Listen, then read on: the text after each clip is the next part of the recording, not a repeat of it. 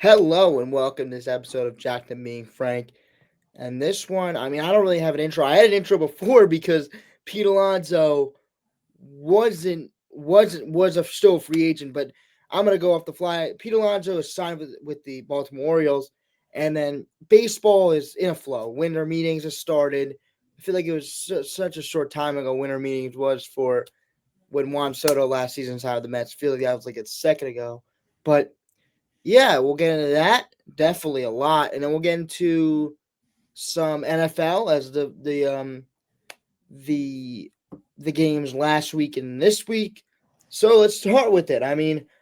The Mets lose Edwin Diaz and to the Dodgers, which is, in my opinion, just terrible. I think that's awful. That is the best reliever. I don't know in baseball. I don't really rank that, but that doesn't matter. I don't care.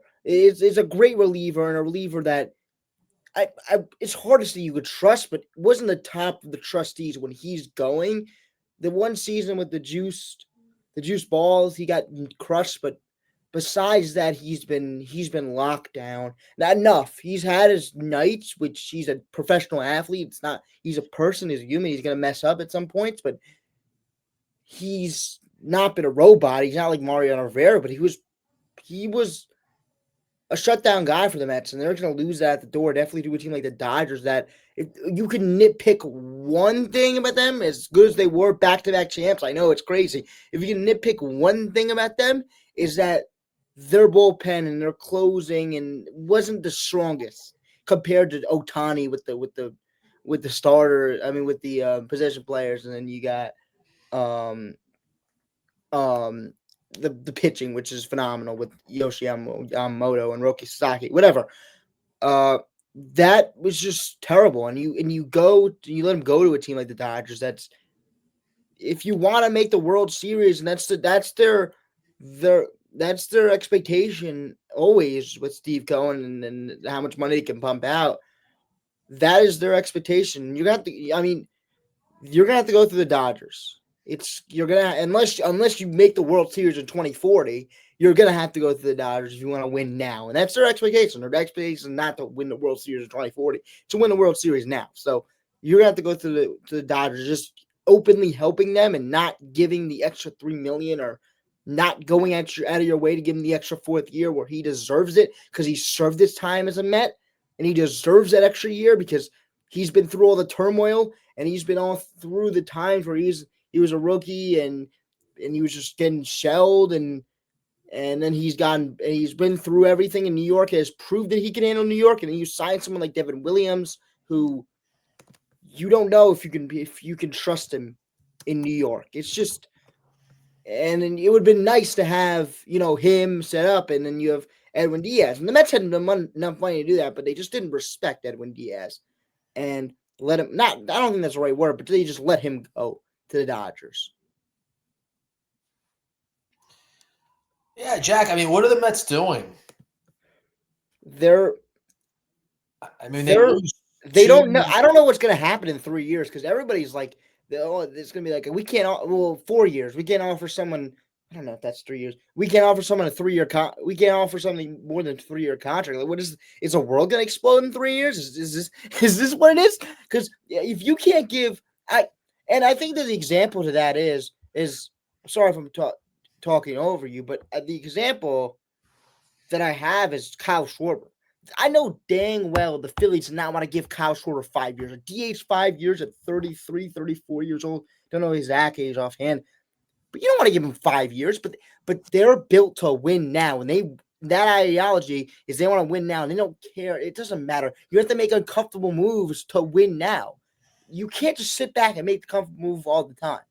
I know it's hard because you could be overpaying something and look for a contract like a Max Scherzer, which Steve Cohen offered a few years ago, and they looked at him like a shiny toy and offered him a bunch of $1 million, and he failed. But that you're going to have to be uncomfortable like that sometimes, and especially to a guy like Edwin Diaz and Pete Alonso who has served their time as a Met. Maybe they haven't won like you expect them to, but it's not their fault. So that's my take. I mean, they didn't even make him an offer. I just don't get it. I Well, they don't. I made him don't a get. 3-year offer, and then they said, okay, we're getting 4 or 5-year offers because duh, he's played amazing, and Kyle Schwarber set that market. So, and they were just like, we're hell bent on 3 years, and we're not going to give you, we're not even going to give you another offer. That's just my offer, and that offer was like 10th probably, because there are definitely other teams that offered him even 4, but maybe not as much. But that was definitely like bottom of the offers that Pete Alonso was looking at.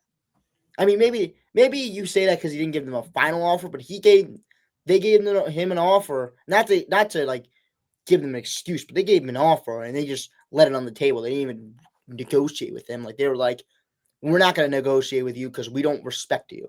And you know what? Pete Alonso, great for him because the Mets didn't respect him. They didn't respect him last year, and Pete Alonso got what he's worth.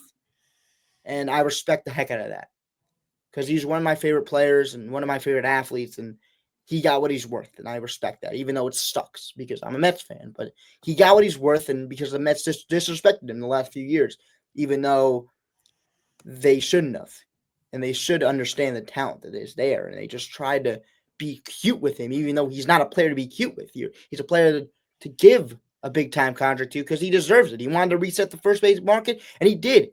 He did just that because he's that type of player. And the Mets didn't understand it. They didn't respect that. And now they're at this turmoil phase where because they didn't respect him, they're in this phase. So it sucks for the Mets, but you know what? They deserve it. And it sucks because I'm a Mets fan and saying they deserve it, but they deserve it. And Pete Alonso, great for him.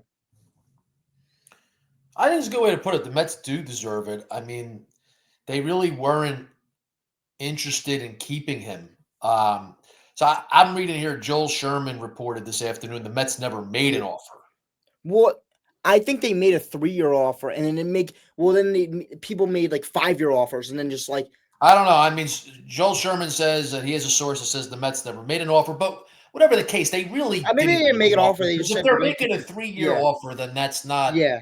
a No, but that's my legitimate point. offer. Yeah, it doesn't matter. That's basically not even an offer now. It's Yeah. not an offer at all. That's a terrible offer. You probably didn't think it was an offer because you probably just laughed at it. I mean, that the Mets just didn't, and that's what I go to again to respect. They didn't have any respect for their guy, and it's a bad look definitely for your organization. I know you didn't win a lot with him, and you did win, got far like 2 years ago because of him, and I guess, but like he's not the fault that you haven't won a lot with that He's not core. the reason why they haven't won. I mean, he's done No, his part to try to help them yeah, win. same with Diaz too. It's not if I mean it could be if he blew some games, but dang it, he's a closer and he was lights out other than the juice ball year and early in his career. And he's gave it his all. And also they're Mets guys. Like if you want to make a team and an organization about like family and just like Well, I don't really having consider it, Edwin Diaz a Mets guy, but Pete Alonso is a Met. yeah, It just shows how different things are now. I mean, back in the day, teams are holding on to a guy like Pete Alonso. I know, you know, there was an era where there was no free agency, but I'm talking even in the free agency era, like you kept a guy like Alonso who's a career Met or career whatever team the guy's on, and yeah. you value him as a guy who is one of your guys, and he's been terrific for them. I know he doesn't play good defense, but he's a legitimate, Whatever. really good Whatever. middle of the Kyle order Schwarber doesn't power play bat. defense. And look what he got. I mean, it just doesn't matter.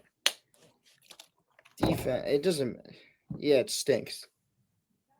Yeah, this is not surprising at all, though. Like It's not surprising. No, no, no. last off season, I thought he was going back to the Mets. You thought it too. It took a while, but we were both on the same page, saying, you know what, It was eventually get also a deal done. disrespectful. Yeah, But yeah. But after last offseason and then the reports you were hearing about this, I didn't think he was going back to the Mets. I really didn't think there was much of a chance. I was just talking with someone about it yesterday, a diehard Mets fan, and he agreed. And I said he's not going back to the Mets this time. It's not happening. The Mets Yeah, aren't serious because they about had keeping him, so he'll go somewhere else. And here we are today, and he's going to Baltimore. because they always had a disrespectful opinion about him, that like he's not a player you give more than 3 years to, and that's disrespectful. And they always had that opinion, so it wasn't going to change. You can't really. I mean, you could change that year with how well he played, but it's just what there was an unlikely. The Mets were at the admit they're wrong about their opinion and give him a 5-year deal. I don't think David Stearns had the had the had the. I don't think David Stearns had the courage to do that, to admit that he was wrong about the evaluation of Pete Alonso. He didn't have the courage to do it, and that's what it all came down to. And he didn't admit that he was wrong and gave him a 5-year deal. Also, he could just still be believing it, which that's also true too. But he had to flip his ideology 180 to to bring back Pete, and that just stinks because you don't have to do that. You can just have your ideology and bring back a guy that is a freak, not is a fan favorite, and is a guy that embodies your team perfectly and has always done the right thing, and has put on and wore the Mets colors very well, and play, and is just and also, besides all that emotional stuff, he's a great player. And you're losing in your first base hole now is terrible. I mean, I hear something about Paul Goldschmidt. Get out of here. And I hear something about a possibility of a platooning Mark Vientos. I mean, come on. Like, come on. And then it's just the baseball aspect of that. You're just you lose so much at first base. The hole's completely wide open for no reason, when you could have just bring back Pete Alonso, a lifeline time Met, has an emotional connection to everybody in that city that's a Mets fan, and they just love him there, and he's a great player, and he fits the team well. It's not like he was a terrible fit.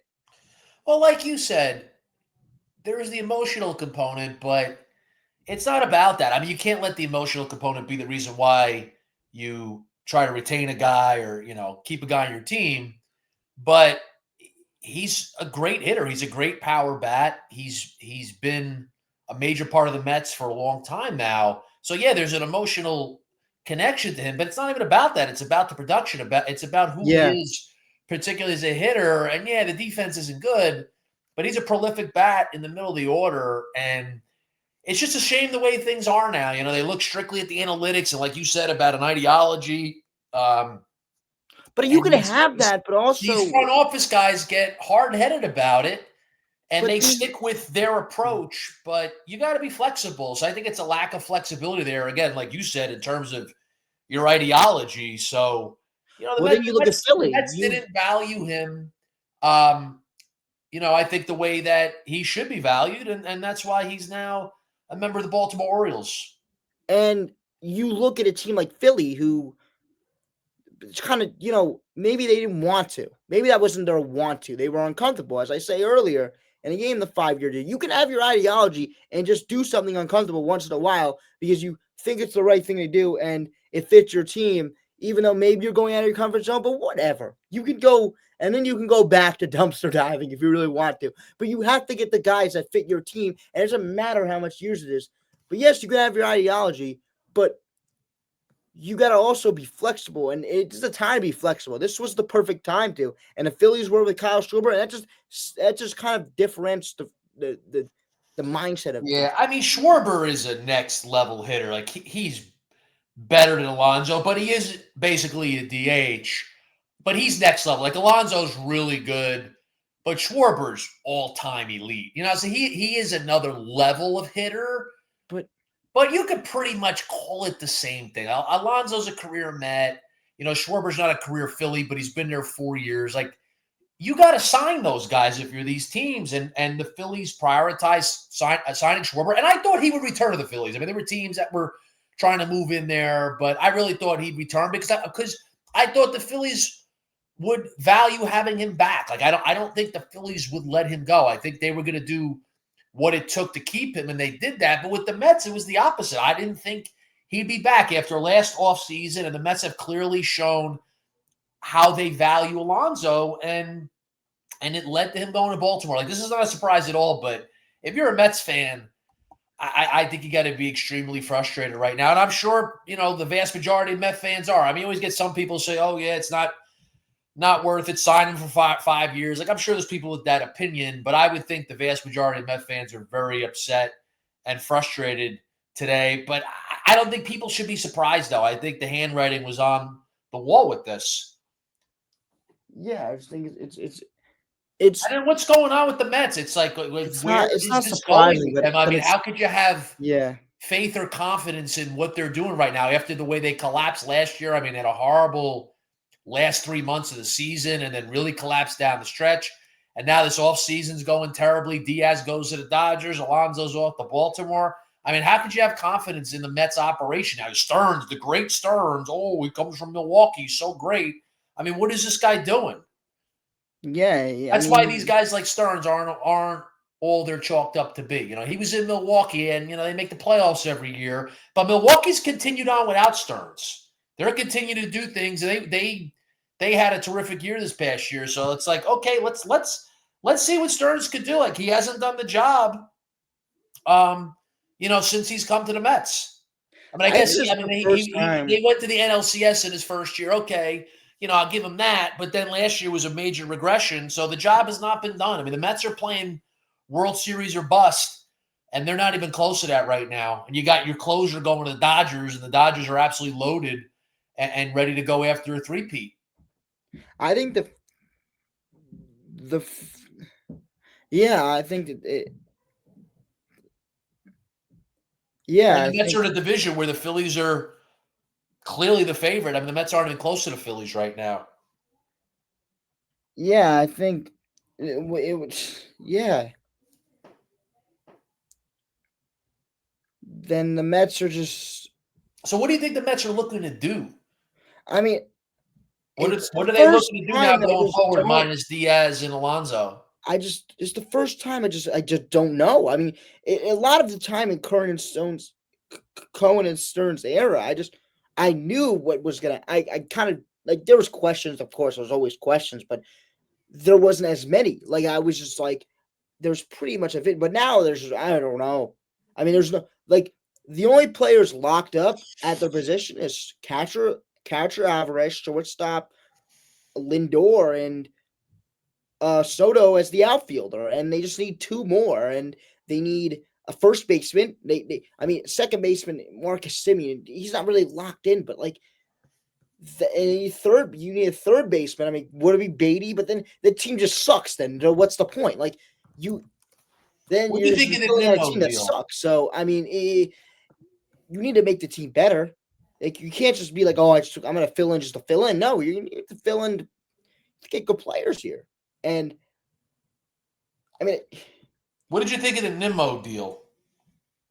I thought the Nimmo deal freed up the outfield. I think Nimmo is a is a very good is a good player, but not very good. But he was declining, and the outfield defense wasn't that good. And if you want to open the outfield, and I think there's outfielders in free agency, and Cody Bellinger and Kyle Tucker that you want to give a contract to. Yes, make freeing up space for that and getting a second baseman. And also, David Stearns has always said he wants to run prevent, which I don't really know if that's right. Whatever. I mean, we're not really pro Stearns right now, but he wanted to say I want to run prevent, so it kind of helps that with Marcus Simeon, even though his bat isn't the greatest. But it's just bad contract with bad contract, and Marcus Simeon has less years, and you don't really want Nimmo's going to be good right now, definitely better right now, but the declining in the outfield, and it just I mean at the end of the day, Nimmo was going to be a DH because he can't really move in that outfield. I think he had plantar fasciitis. It's kind of screwed up in the noodle arm and everything. It's just he's not been the greatest defender, so they get better in the infield at his defending, but the bat, I mean, Marcus Simeon's bat is just terrible. He's not really that good, but you know, I mean, that move was to set up another move, and the other move hasn't happened. So right now, the deal at face value looks like the Mets just traded a good player for a mediocre player. So that's what it looks like right now. But I think it's supposed to be Mets trade a good player in the outfield to get a great player in the outfield and to shore up defense in the infield. But that just hasn't happened because David Stearns hasn't made the follow up move. So right now, I'm just kind of with that trade. I'm like sitting back. I'm like, I think it's the right move, but they're gonna have to chop and make a move in the outfield for me to say that's the right move because they can't just get rid of Nimmo and not replace him. Yeah, I mean the Mets have several needs here. I mean, they need an ace. They now need a power hitter, They need first relief baseman. pitchers. Like you said, outfield. They do have to bolster their defense. I mean, their defense was kind of a problem last year. And now the bullpen. I mean, especially with Diaz going. Even with Diaz, they had to add a piece or two. I mean, there's a lot of needs here. They got a lot of work to do. And again, I don't see how anybody could have much confidence in what they're doing right now. I just think it's a terrible job not keeping Alonso. Again, it's not surprising. I didn't think they were, but I just totally disagree with the mindset there. And like you said, the ideology, and then they lose out Yeah, on yeah, Diaz. their only bullpen that I feel like is safe. I mean, I might be missing somebody, but their only bullpen that's set is gonna be Devin Williams and not Husko, Brooks Raley. That's it. That's their bullpen arms that's gonna go in the 2025 that not that I've trusted, but that's playable. They need more that's playable. They need more than playable, and they also need to fill out that bullpen. But I do trust Brooks Raley and Devin Williams. This is just Devin Williams. I mean, whatever. If they want to do the closer, we'll see about that. This whole another discussion. But then Brooks Raley is a relief pitcher. I mean, whatever. He's above average or average. It's good to have, but you need more. That's the point. You need more good arms. And also, you know, the lineup looks like trash. It looks like garbage. It's just Francisco Lindor and Juan Soto and friends. That's it. And then the starting pitching. Don't even get me started with that. That's just is that really right now the Mets starting pitching is their least need. Think about that. For right now at this moment, starting pitching for the Mets is their least need. That's how much holes the Mets have. Even Yeah, though I'm not discrediting it, it's just a joke. It's just a joke. They need to upgrade their rotation, but it's just a joke to say that the Mets have so many holes that their rotation is the most locked in, or not the most locked in thing. Just the thing that I would worry less about because that bullpen and that position players is really holes. yeah, and they were an 83 win team last year, and they're significantly worse right now than they were when they ended the season. I mean, they don't have Alonso, and they don't have Diaz. They traded Nimmo, but like you said, they got to replace him. So 83 win team, and they're in a lot worse shape right now than they were, almost 2.5 months ago. No, what is it? Yeah, 2.5 months ago when their season ended. Yeah, and I guess changes need to happen, but like the changes weren't to the like these were the players that played well. Like you were supposed to make changes to the players that didn't. That's the like you're making changes to the wrong places. I feel like the Mets said, okay, we need to make changes. Fine, that's great. I mean, make changes. I mean, you missed the playoffs, and also you missed it in horrific fashion. So make changes. But Pete Alonso's not the change you want to make. Edwin Diaz is not the change you want to make. Edwin Diaz and Pete Alonso are both players that you can rock in the next season and feel very well about. But the rest of the roster need to get flipped over, not Pete Alonso and Edwin Diaz. I mean, not the rest of the roster, like excluding Francisco Lindor and Juan Soto, of course. But the rest of the roster definitely need to be flipped over, not Edwin Diaz and Pete Alonso. Yeah, it's a tough situation. I mean, there's time here this offseason, but Yeah, it's a long off season. I mean, I'm not going to give yeah, I that mean, the MLB stretch. offseason drags on, but you're at the winter meetings, and winter meetings are usually where things pick up, which they Yeah, I are. mean, So yeah, there's time, but I mean, look, they lost Alonso and Diaz, man. It doesn't look good, and there's holes to fill. yeah, because I mean, you could play the waiting game. I mean, you could play the game, but you could play the excuse of it's a long off season, but next thing you know, there's you know the Tucker sweepstakes are going to heat up. Then what are you going to do about that? Then even those bullpen arms like Robert Suarez, for example, whatever. But even those sweepstakes may be gone. You might not even be able to bring back Tyler Rogers, who was actually good in a team that in a bullpen that wasn't really that good. He was actually our only actual decent piece that we bring in. He could be gone. So if you play that game, you're gonna play stupid games, win stupid prizes, basically for the Mets right now. Yeah. And then you got the Yankees. They haven't done anything. And So basically, it's it's, both yeah, New York yeah, teams um, haven't done anything this offseason so far.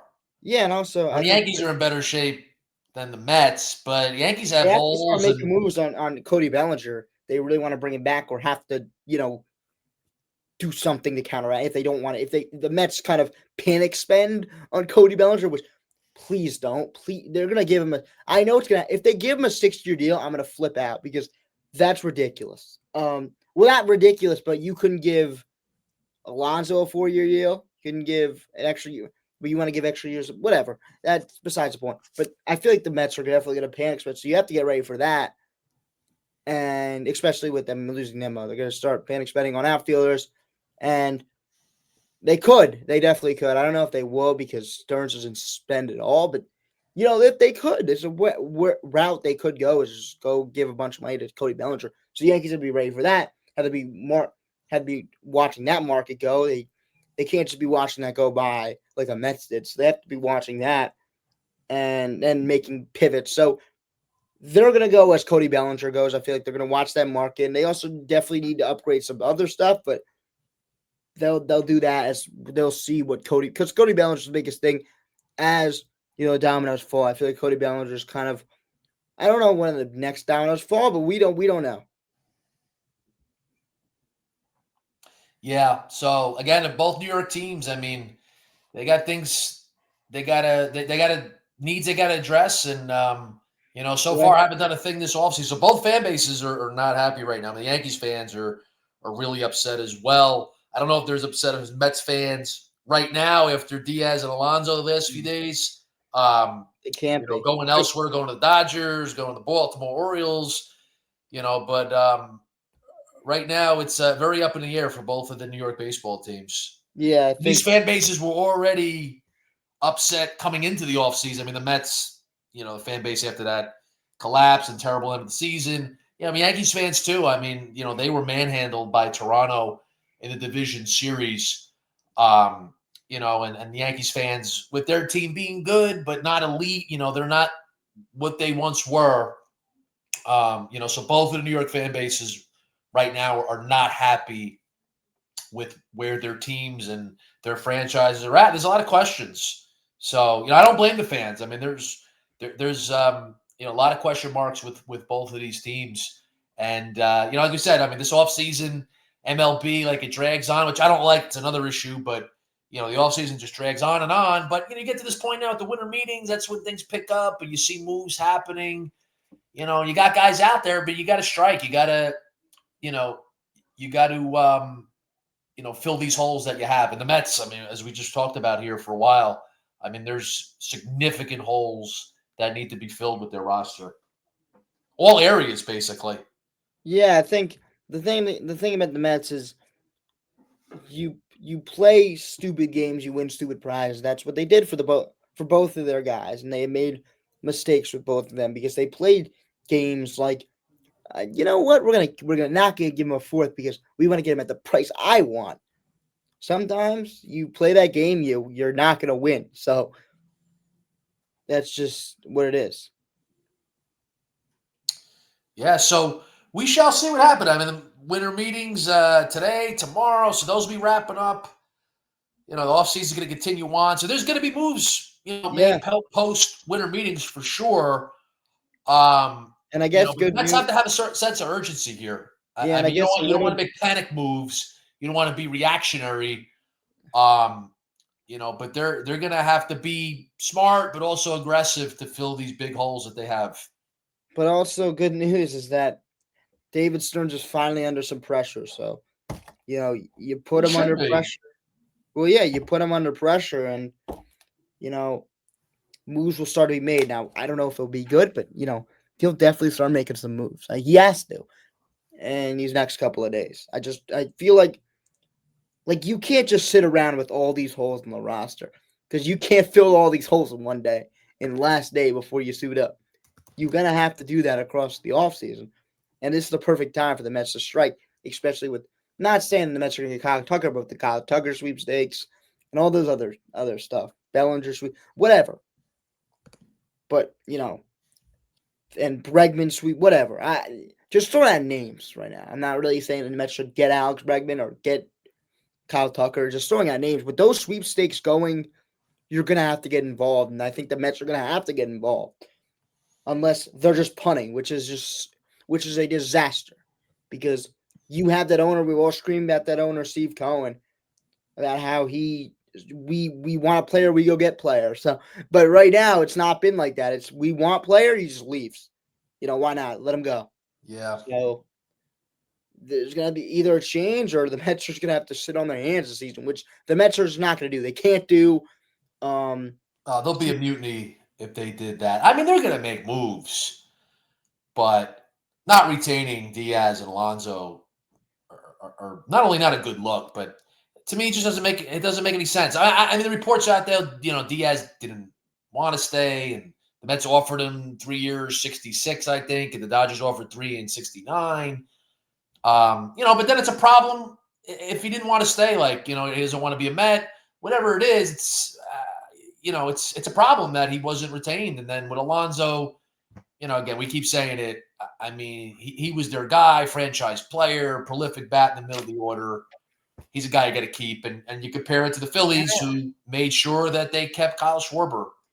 And I also feel like Alonso, but not like a Matt, but I feel like Alonso was a guy that really wanted to be a Met. Like he was going to go, no, obviously, but he was going to go back to the Mets to be like, if you match this offer, I'm going to be a Met because I like being a Met.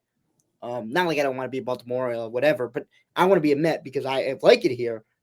And they just smacked him in the face. Also, he was disrespectful, but I feel like he was always, I want to be Met. I'll let you match the offer, but they were just smacked him in the face, and they were like, "Well, not smacked him in the face." Disrespected him last offseason. Yeah. They didn't even more so this offseason. Like if they matched that, then he would have been a Met. I just that's the price you pay if you want to make a good baseball team. And the Mets have shown again. Well, it's really condescending for me saying this, is they just signed a man to biggest contract in North American sports, but that's whatever. Whatever. But that happened.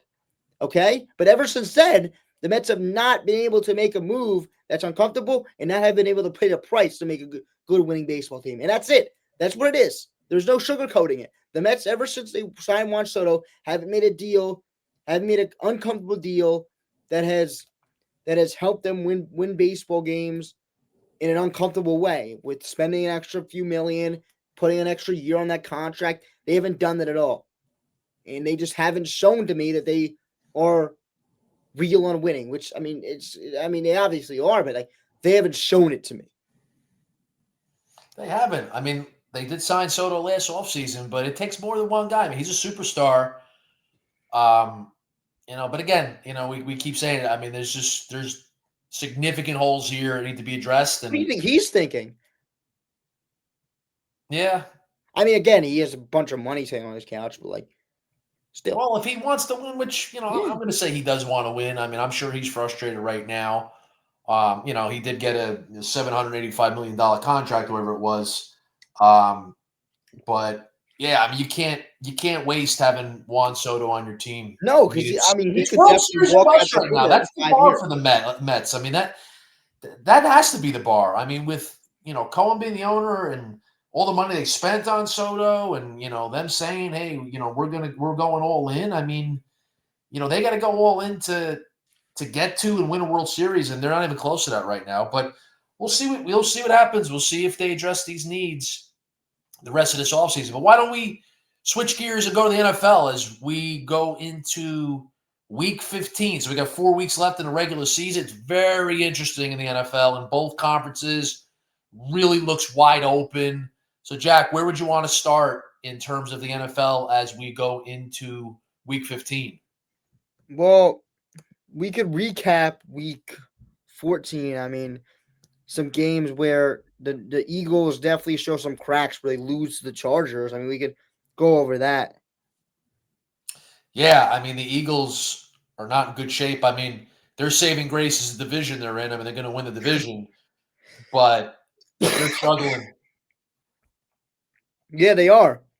And it's and the offense doesn't look the same. I know they're still 8-5, whatever. It doesn't matter. Their offense doesn't look the same on paper. I mean, not on paper, on the field.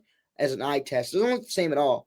And Jalen Hurts looks like a shell of himself, and that may come to bite him when the pocket isn't so clean in the playoffs like it was last year, when they could walk themselves to the Super Bowl by running the football. If the pocket isn't that clean, what plays is Jalen Hurts going to make?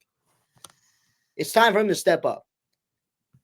And like he did it out last season, but let's be clear, the pocket was wide open for him to do whatever he wanted, by throwing the football or throwing checkdowns or running the ball with Saquon. Like, he had a clean pocket all the time. Now he's gonna have to make plays, and we'll see if he's up for that task. But for now, he's not. I mean, for now, he's really just turning the football over. It's just been rough. Kind of seems like that Giants game, the first one, the Giants smoked them, was eye-opening. That game exposed the Eagles. Yeah, It's not all about that game, but that was alarming. It's like, whoa, like the Giants just manhandled them. That was Scadaboo's breakout game, I think. Like, he had the big game that night, that Thursday night game. Like, that was alarming. It's like, whoa. Like, first of all, for the Giants, on the flip side, I was like, oh, this is very encouraging.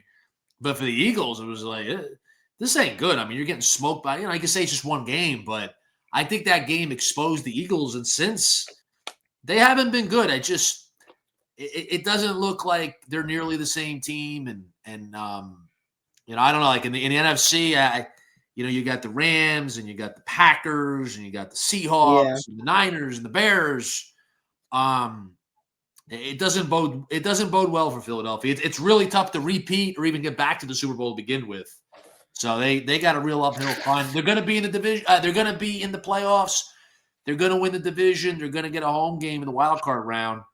But after the wild card round, if they survive it, they're going to probably have a tough matchup in the first round. Who do they play? I mean, right now they would play San Francisco, because right now Philadelphia would be the 3 seed. That's probably what they'll be. They'll probably be the 3. Means they'll play the 6. Right now, the 6 is San Francisco. I mean, that's a really tough game. I think I'd take San Francisco in that game. But that's tough. There's no guarantee they're getting past the wild card round. But even if they do, then they're going on the road probably the rest of the playoffs, and it just doesn't look good. Yeah, the NFC, like, where do they rank in the NFC? Not in terms of seed, but just in terms of the teams overall. I mean, you got Los Angeles, Green Bay, Seattle, San Francisco, Chicago. I mean, I think you got to put all those teams ahead of them right now. I don't know about Detroit, like maybe even Detroit too. I mean, Philadelphia looks like the 6th or 7th best team in the NFC right now. I don't know. I don't like Detroit. I don't like Detroit either. But I tell you what, Detroit has a plus 90 point differential. The Eagles' point differential is plus 18 for the season. Yeah, that's not everything. You get some lopsided games that skew that. But that's still, an indicator. It tells you something. So I'm not big on Detroit, but I kind of put them ahead of Philadelphia right now. Like, they both have the same record. Detroit plays in a much tougher division. It's like, I think the Eagles are like the 6th or 7th best team in the NFC right now. Yeah, there's 6-7. There's no use in really debating the Eagles versus the Lions, but I don't think either of those teams are going anywhere. Yeah, I don't think either of them. You want to put the Eagles 6th in the NFC? Like, I mean, the teams I mentioned, I mean, even the Bears, I think, are legit. Like, do you think the Bears point differential is -1, so they're basically even for the year? If the Bears go down to 6, if the Bears now win and go up to 6, weird, but they go up to 6, but do you think they could beat the Eagles? I think the Eagles have a better chance. Definitely. Yeah, I mean, that game, I don't know. I'd probably take the Eagles in that game for the experience factor. Chicago's new on the block here. Like, that would be intriguing. But San Francisco, that's an experienced team. They were in the Super Bowl. Yeah. Went to overtime with the Chiefs 2 years ago, a down year last year. They've had a lot of injuries this year, right? And they're still 9-4. Like, San Francisco with Shanahan as their coach, like, he's definitely one of the best coaches in the NFL. The program, the organization they have, like, San Francisco, I think I'd pick them over Philadelphia, even going on the road to Philly. Chicago, I'd probably pick Philly just because of the experience factor, but Chicago could definitely go in to Philly and win. Yeah, they definitely can. It's gonna be an intriguing wild card in the NFC. Because teams like that are gonna be in the wild card in the NFC are still pretty damn good football teams.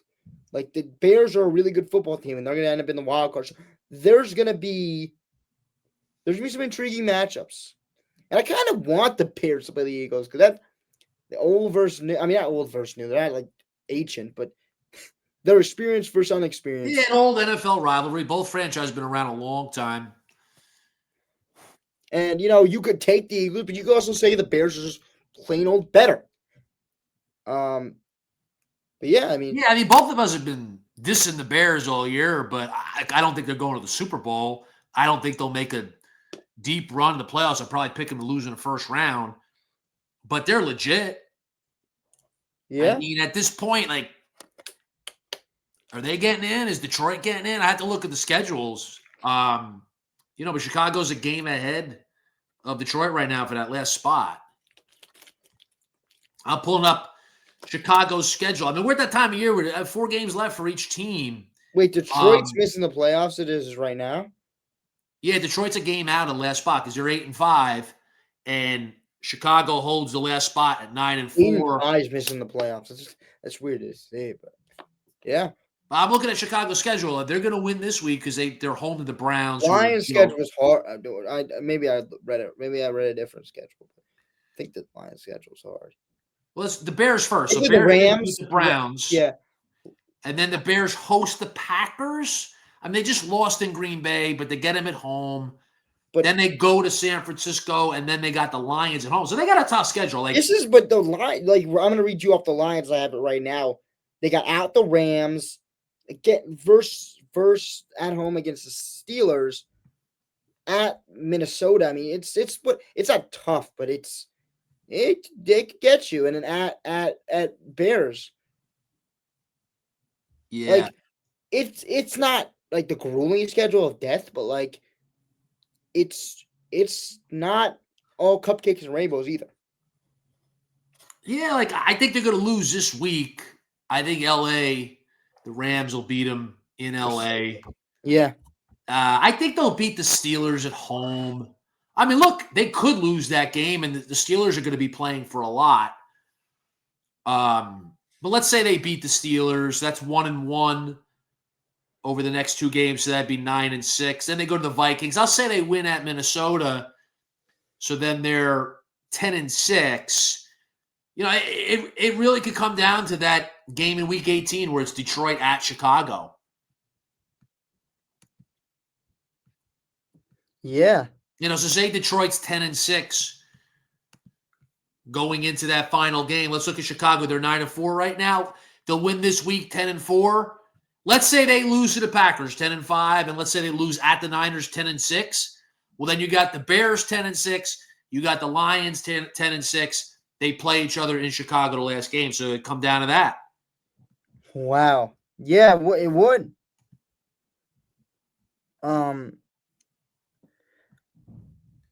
And maybe a head-to-head, I have a different opinion. Like, oh my God, Dan Campbell versus Ben Johnson for the last spot. I think the Bears are just better than the Lions. I feel the Lions are just frauds. I mean, not frauds, but like they're flawed. Lions They're can put up frauds too. points though, and they have the experience. Yeah, they do. They do. But then that game in Chicago, you're probably going to get cold weather, maybe even snow or inclement weather. Like, it's going to be tough weather. They're not playing in the Dome in Detroit. But the experience matters. Again, Detroit, they could put up some offense. Yeah. It's gonna be a tough game. It's gonna be a really good game. It's gonna be really fun to see those wild card teams battle out. So yeah, I mean, speaking of the Lions beat but yeah, big time game. The Chiefs, man, I think they're done. That's they're it. done. I've been hanging in there with them, saying, you know what, they're gonna get in. They'll figure it out. They're done. They're not good. I was gonna say they stink, but they kind of do stink right now. Yeah, They they lose. are. close games, routinely. I mean, this year they've lost just about every close game they've played, right? I mean, last year they won all the close games, which I think inflated their record last year, and then they got demolished in the Super Bowl by Philly. But this year's a total opposite. I mean, losing every close game. I think they're done. I mean, they're 2 games out of a playoff spot right now. I just don't see how it's happening. I mean, maybe the saving grace is Indianapolis with Daniel Jones hurt, and they're going to the tank. I mean, they've lost 3 in a row. Rivers. And the Chiefs did beat the Colts. They came back. So that was one close game they did win. They wound up coming back and winning that in overtime. Maybe that's a saving grace, but then you have other teams in the mix. You have Baltimore is 6-7. I don't think Miami's making the playoffs, but they're 6-7. Yeah. So the Chiefs, let's just look at their schedule. I mean, they go to the Chargers. No, excuse me. They host the Chargers. Wait, give me. So yeah, the Chiefs are done, and I think they are. Again, just looking at the schedule. So we said they play the Chargers this week at home. I don't know, man. I mean, the Chargers are good. I mean, they obviously have to win that game. Let's say they win that game. They're 7-7. They go to the Titans. Obviously, you got to win that game. So that'd be 8-7. Then they host the Broncos, and then they go to the Raiders. I mean, I just don't think they're running the table. I mean, they've lost close games the whole year, and I just don't think they're good enough right now. no, I mean, I they don't. play poorly. I mean, you lose at home to the Texans, who are okay. I mean, they're 8-5. They got a playoff spot right now. They're okay in a weak AFC. You lose 20-10. I mean, you do nothing offensively. Andy Reid going for it, 10-10 game on 4th down, midway through the 4th quarter on their own 30 or something like that. I mean, that was ridiculous. Yeah. That's a bad loss. They're just not good right now. I mean, I don't see them running the table. 3-1 at most, but I don't even know if they go 3-1. Let's say they beat the Titans and the Raiders on the road. All right, those teams are terrible. But are they going to win 1 or 2 games against the Chargers, the Broncos? I mean, both those games are home, but those teams are good. Those teams have got it done all year, particularly the Broncos. Yeah, the Chargers look they can beat them. I mean, they're 9-4, and they're. I mean, I'm not giving the Chiefs 4 wins to end the season. I'm not giving them 4-0. Let's give them 3-1. I mean, that's 9-8. I'm looking at Indianapolis, and again, I don't know what the tiebreakers are with Baltimore and Miami for Kansas City, but take Miami out of the equation. I'm not considering Miami legitimate, but Baltimore is legitimate. They're playing for the division with Pittsburgh. Pittsburgh beat Baltimore last week in Baltimore. Those teams play again in Pittsburgh coming up.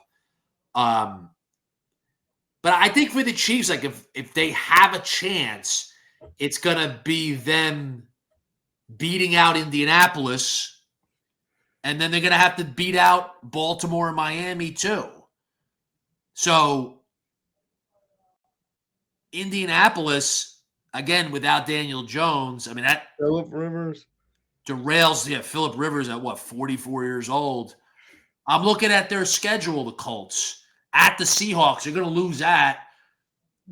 That's 8-6. Then they host the Niners. They're going to lose to the Niners, 8-7. They host the Jaguars. Jaguars are good. They're on a roll. I mean, I'll give them that win. I'll just give it to them. I don't think they're going to win that game, but just give it to them. That's 9-7. Then they're going to the Texans, the last game of the season. I don't think they're winning that. So Indianapolis would finish 9-8 in that scenario. The Chiefs had the tiebreaker over them. So look, I mean, it's possible the Chiefs get in the playoffs, but Jack, I'm just going to say I don't think the Chiefs are going to make the playoffs. No, because I'm out on the Chiefs. I don't think they can win. They go 3-1. I mean, the Broncos. They're beating the Broncos. don't think so. I mean, they can. I don't They think the have, Broncos are that good. I mean, the Broncos are 11-2. Yeah, won a lot of close games. I think yeah, I there's mean, some they luck could. involved They, with that you know what? 11-2 record Yeah, yeah. with Denver. But I don't want to disrespect Denver either. I mean, they've No, been because they the better love team close between games. I them mean, and Kansas City this year. yeah, I mean, But then you got Baltimore in the mix. I'm looking at their schedule. They go to the Bengals, but Bengals got Burrow back, and the Bengals demolished the Ravens in Baltimore a couple weeks ago. So Baltimore looks bad. Um, so I mean, looking at these schedules, you know, again, it is possible the Chiefs make the playoffs, but after that game Sunday night, I'm out on them. That was terrible. yeah. And before that, they lost to the Cowboys on Thanksgiving. And before that, they came back and beat the Colts. But it is a matter of who makes it. Like, I do think of the AFC, clearly Denver, New England, Jacksonville, Chargers, Bills. I'd say the Texans are going to make it. Somebody has to win the NFC North. Let's just say Pittsburgh wins it. Okay. Oh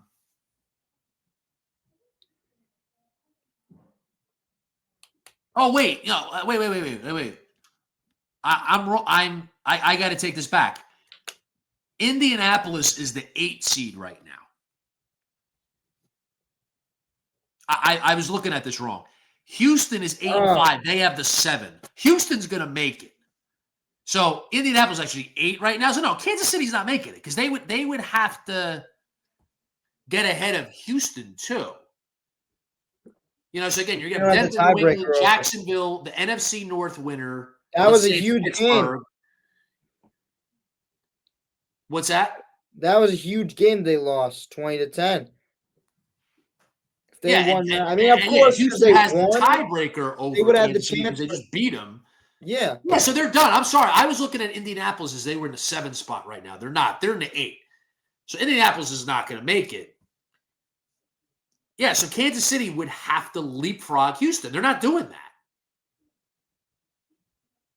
So I take it back. I'm sorry. They're done. Yeah. And I think we already said they're done too because they aren't good enough. Yeah, because Houston hosts the Cardinals and the Raiders. There's 2 wins right there. So that's 10 wins. And the most the Chiefs could win is 10. So the Chiefs are done.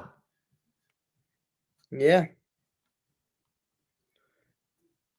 Travis Kelce looks like a shell of himself. I mean, it's not good football.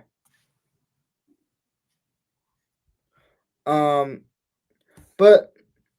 that sparked that conversation. But we can get into another. Let's get into Bills Patriots, big game in the AFC. Yeah, Patriots win. They win the division. I think the Bills are going to win the AFC, but that's for another day. The Bills are going to win the AFC? Yeah. They might. I don't believe in any of these teams in the AFC. But that's for another day. But I well, I mean, we could bring it up now. Yeah, you know what? I just don't like the one thing that I give the Bills over anybody is they have Josh Allen. And that's it. I mean, it's a terrible way to do it, but like that's all I can do because of how I feel like they're not fraudulent is the wrong word, but I want to use like how fraudulent these teams feel to me. Like, yes, they could be real, but like I'm like the Patriots. I mean, Mike Vrabel comes in, he's a great coach, but I don't really trust them. Their wide receiver core, like their team, it's really Drake May playoffs. Like, could be rough. He's been very well. He could definitely walk in there and be very good. They're definitely a team that I think could definitely rival the Bills for doing that. I mean, of course they will, but like they're going to be because they check the boxes. They could definitely be a good a non fraudulent team in the AFC, but that's the only way I could do it. I mean, the Broncos they win a lot of close games, but Bo Nix hasn't played well, and Cortland Sutton hasn't they're relying too much on the defense. That's going to hurt them in the playoffs. When their defense is great, but it's all you got. And the Chargers, I mean, Justin Herbert hasn't done anything. So you have to go with the Bills. Like in my opinion, you have to go with the Bills because But the thing is, are the Bills going to go on the road probably 3 weeks in a row in the playoffs and win? Maybe. they could. I mean, if they're going to do it, they're going to do it this year. right.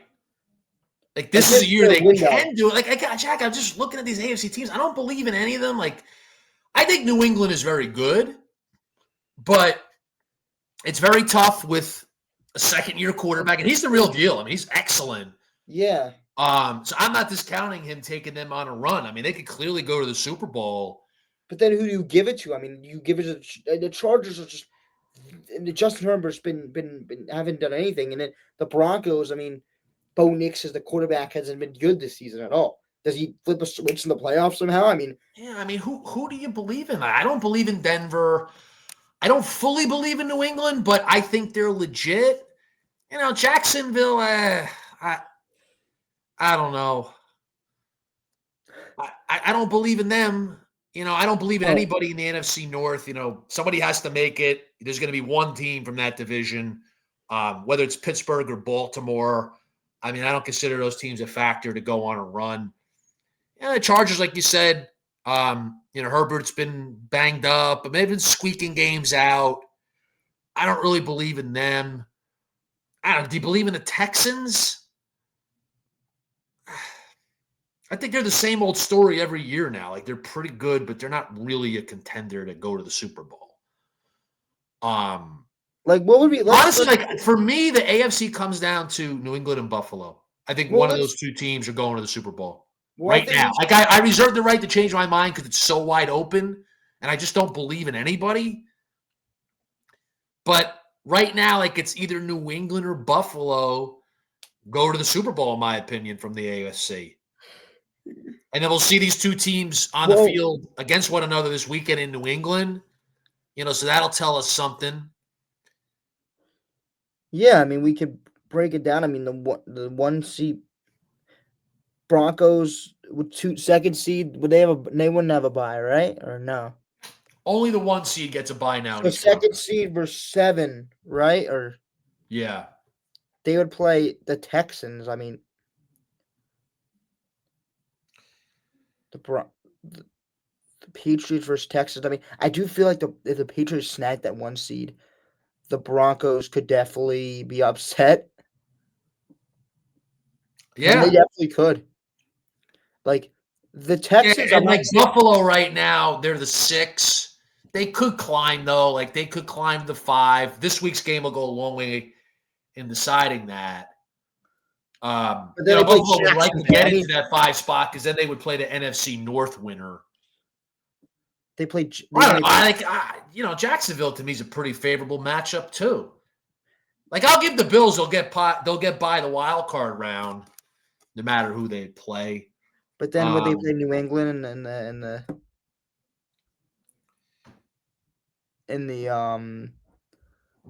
the second round? They play New England. No, so say right now New England plays Houston, so New England wins, and say Buffalo wins. So then the highest seed plays the lowest seed remaining. So it'd be Denver versus Buffalo. It'd be New England versus the winner of Pittsburgh and Los Angeles. So Buffalo versus Broncos. I think Buffalo. I mean, that's gonna be the one game where it's like they could lose, but I just feel like that's gonna be the win for them. I do too. I'm gonna say it right now. I think the AFC Championship game is gonna be Buffalo at New England. It is. It is, and I'm not. Yeah, I'm more. If I was to say what team are you more locked into to be in the AFC Championship, I would say the Bills. I mean, I don't know. They could definitely be lose to Is the this the Broncos. Bills' most favorable path to get to the Super Bowl Yes. in Yeah, this even though they're on the road, window that like they've had? So this is the 6th year. Jacksonville's a cakewalk. I mean, not a cakewalk. They're 9-4, but like compared to all the playoff teams, no matter if you're at home or on the road, it's you have a guy in Josh Allen that you're supposedly is that like cold-blooded guy in the Yeah. clutch and And on the Jacksonville's road. not an imposing place to be. No, no, They could no. easily go there and It's win. warm. It's nice. Kick your feet up. I'm And I still don't want to say Denver's going to be an easy game by any means. no, I it's just not. don't believe in Denver. I don't They're gonna be believe in their coming out for offense. yeah. Denver's been pulling out these close games. They've been kind of lucky. Not all luck, but kind of lucky. Like they're not an 11-2 team. So actually, this lines up as the easiest path for the Bills to get to the Super Bowl in this window they've had since 2020. Like I And think that's even if the considering culture that helps they're going it. to be on the road 3 weeks in a row, if they advance to the AFC Championship game. But again, like I don't think being on the road the first round in Jacksonville matters much. Denver's a tough place to play, no question, but I think the Bills are better than the Broncos. And then they would go to New England, or at least that's what I'm forecasting. Again, I think New England's very good, but they are a young team. They have a second-year quarterback. Like, there's a path there for the Bills, despite the fact that they're probably going to have to go on the road 3 weeks in a row to get to the Super Bowl. Yeah, it's gonna be tough, but I mean, just by getting on the road all the time. But I mean, it's what you're gonna have to do to win. You're gonna get favorable matchups. Not favor. These aren't teams that you gotta walk over. I don't want to say that because these are teams that not are in their spot, but like they're teams that are very good, and the record shows who you are. Um, It's and not a bad path. I mean, the but it's negative not. It's is not. they're going Yeah, to have to go on the road, but this is an experienced team with an elite, big time quarterback, future first ballot Hall of Famer. They've been there, so like it's not a bad road. It's the yeah, easiest road that they've had.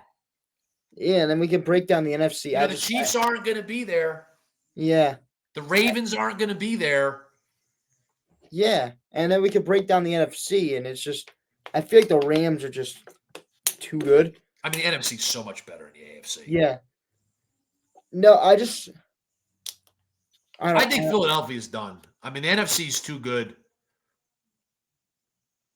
You know, LA, Green Bay, Seattle, Tampa Bay, they're not doing anything. 3 versus 6. So who would they? Who would they face in rowdy Philly? Who would they? Right now, Philly would play San Francisco. Yeah, they would lose. I would pick Well, I San think we Francisco. talked about this before. But yeah, I mean, even the Rams get the Seahawks would play the Bears. Seahawks should play Tampa.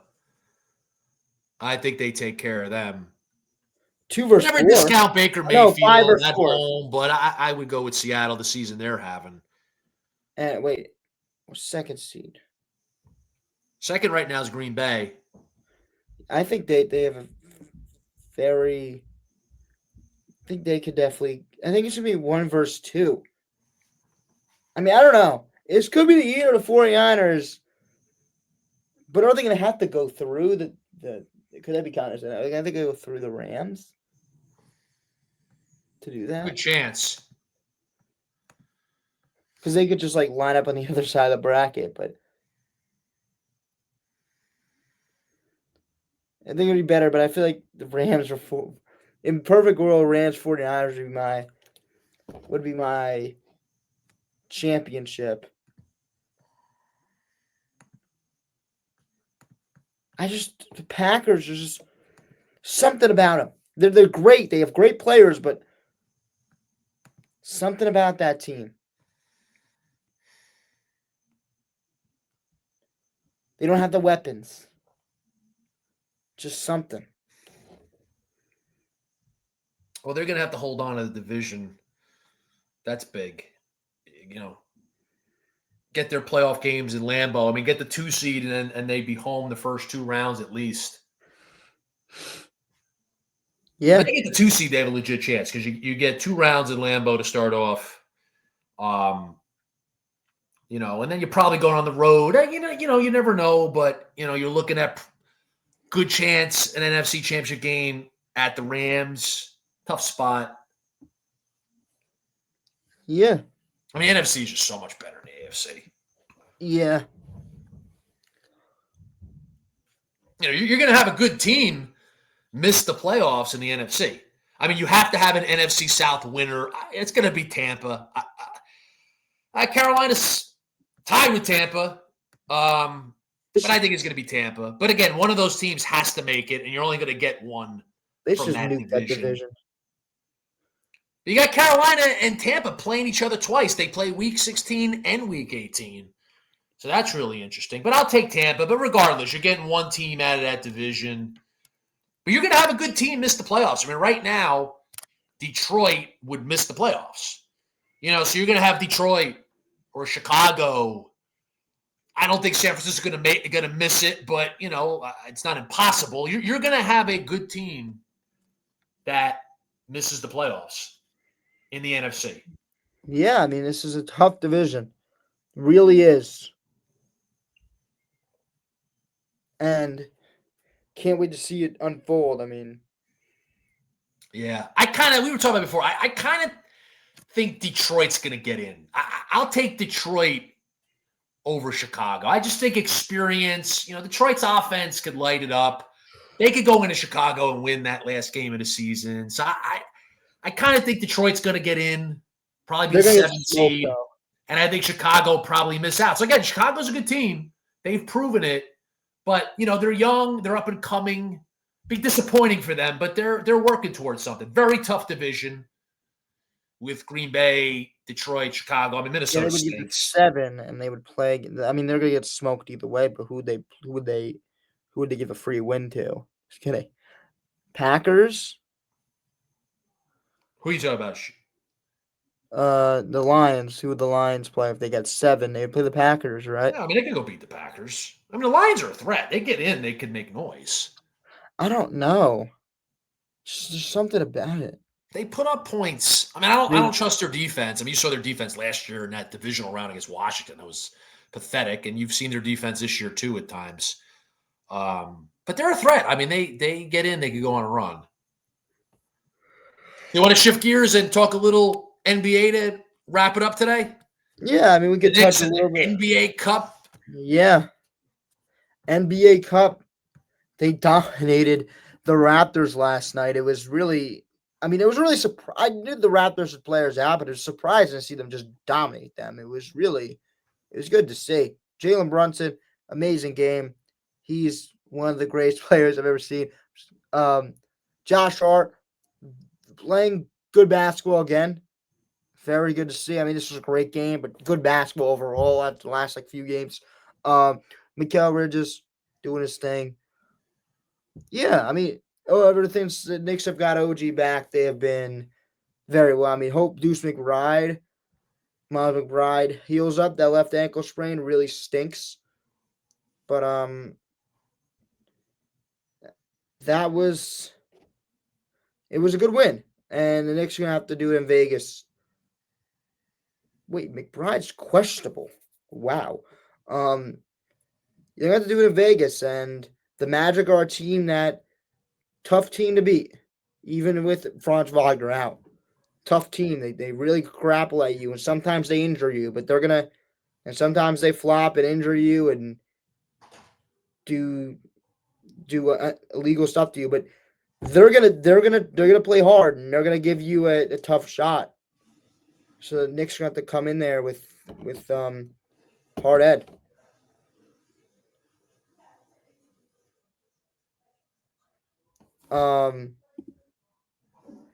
Yeah, I mean, it's going to be tough against the Magic in the NBA Cup. And then, I think the Magic are going to be a team that's going to be kind of hungry to win. I mean, this is their kind of mo, tough, grind out wins. So the Knicks are gonna have to impose their style of basketball. We want to push the ball up the court, and they're gonna have to really, you know, um, move the basketball and not be stuck because the Magic can make you be stuck. But it's gonna be a tough game, NBA Cup, and if they win that game, they would play. Um, they win that game. Somebody should show me the NBA Cup. They win that game. They would play somebody. I don't even know. They would play. Oh, who would they play?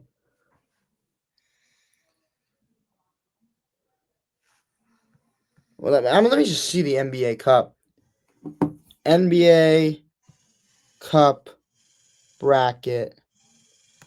They would play. Oh, either the Thunder versus Spurs. My opinion, Thunder win, and then Lakers Spurs. I think the Lakers pulled it out. So you play the Thunder. You play the Thunder. Um, it's gonna be tough. It's gonna be tough to win an NBA Cup, but the Knicks could definitely do it. Knicks have a shot. A a sign of things to come for the Knicks? But the way this NBA Cup is going, maybe it could be ahead the playoffs is going. But I'd be happy. I'd be very happy. But good win there in Toronto.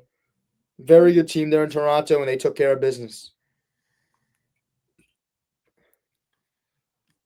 So I see Oklahoma City's 23-1. Yeah. Not I they mean, can't win that. I'm trying to they can't win that, but they hope something happens. Like the Thunder somehow lose tonight. Something's got to happen. man, I mean they're an absolute juggernaut. Yeah, they're gonna win the NBA Cup, and they're gonna win They the NBA they're Finals. not losing tonight. No, they're not losing tonight. Because why would they lose tonight? They haven't lost in freaking 50 years. Yeah. Um, that team is ridiculous, and they still have a bunch of picks that they're just gonna hoard because they don't really need to use them. Um, but yeah, I mean, the Lakers, Spurs. Actually, I've watched LeBron play in Philly, where he had that game-winning shot, or not game-winning shot, like a game sealer. Cool game in Philly. Um, very cool game to see. Fun to watch him go to work. It might be the last time I ever watch him live, so it was good to watch him play.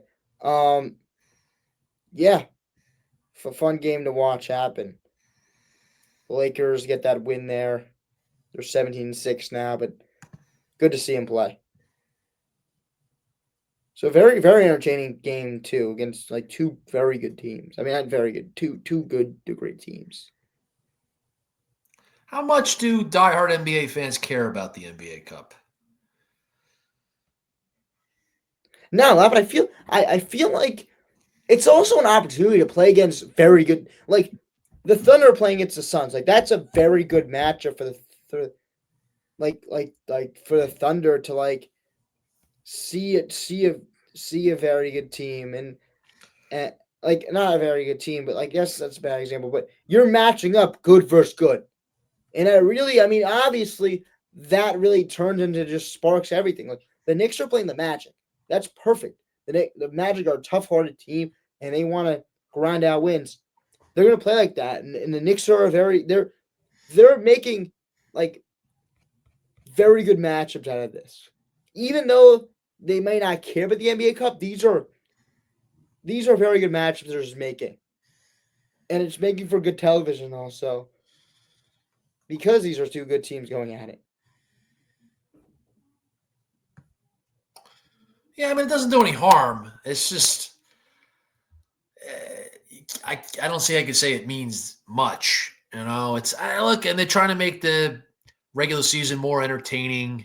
It's a long regular season. I get it. You know, so I don't think it harms anything. I think there was more buzz, it seems like, the first year. The first year is something new. Just it doesn't seem like there's as much But buzz the Knicks for get it another, now. Knicks get another shot. The Magic. I mean, they get to see him one more time. Good for film for the playoffs. I mean, I guess, but yeah, I mean, you're right. But you know, it's just this is a Magic team that's tough. That game's gonna be good. It always is. Knicks versus Magic, so they create a good matchup there, no doubt about it. But could it be like every other regular season matchup? But no, I feel like both these teams play hard.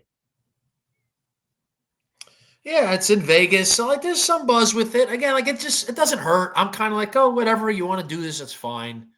It's not a real championship though. Like if the Knicks go on to win it, it's like, oh, the Knicks have won a championship. No, they haven't. Like the championship is winning the NBA title in June. It's winning the NBA finals. So I hope they're not planning on putting a banner up if they win it. Like I don't even know if Well, the I think you Lakers. have to. I think that'd be ridiculous. The Lakers did that too. That's ridiculous. That's embarrassing. I mean, Lakers have won 17 NBA championships. You put up NBA Cup. That's embarrassing. I bet you they would, though. I bet you they put up in Madison Square Garden NBA Cup champions 2025. Ugh. I almost hope they don't win it because I don't want to see that at the Garden. They got too many banners at the Garden, too. Too many. Oh, my good. Yeah, we got the retired numbers for the Knicks playing. That's great. You don't have to put up an NBA Cup banner. You're not supposed. I'm not saying you have to, but you shouldn't. Like that. They but do teams that. can choose. The Los Angeles Lakers did choose to do it. That's embarrassing. In 2023. I get fired up about that sort of thing. That's a joke. What did the Bucks do? LA Lakers have won, or the Lakers. I don't know how many they won in Minnesota. They've won 17 championships, real ones. You're going to put the NBA Cup banner. I know the Knicks have only won 2 NBA championships, but it's not a real championship. You don't need that up at the Garden. No. The Garden's got too many banners. They got these bands that have played there. Like I love Billy Joel. I guess Billy Joel banner. Yeah. But they got some other things there. It's like there's just too much stuff up there. Gotta get the real. You get an NBA championship banner, a real one. The Knicks winning the NBA Finals, winning the NBA title. Got to get that up there. Oh, hopefully this June. If not this June, then soon. Yeah. Maybe a Rangers Stanley Cup championship banner. That's not happening this year. I doubt it. Never know in the playoffs, but I doubt it. Yeah, you got to get the real thing. That's the thing about the Knicks. But we'll I don't want any St. John's banners. I can tell you that. Not as a Seton Hall fan. Seton Hall's playing well. We got to talk college basketball soon, Jack. Seton Hall's 9-1. They play Rutgers this Saturday night. Yeah, Seton Hall. Yeah. We'll get more to college. We'll get into college basketball. We haven't talked about it. We'll get into it soon. We'll do a little bit. Yeah. Conference season is starting.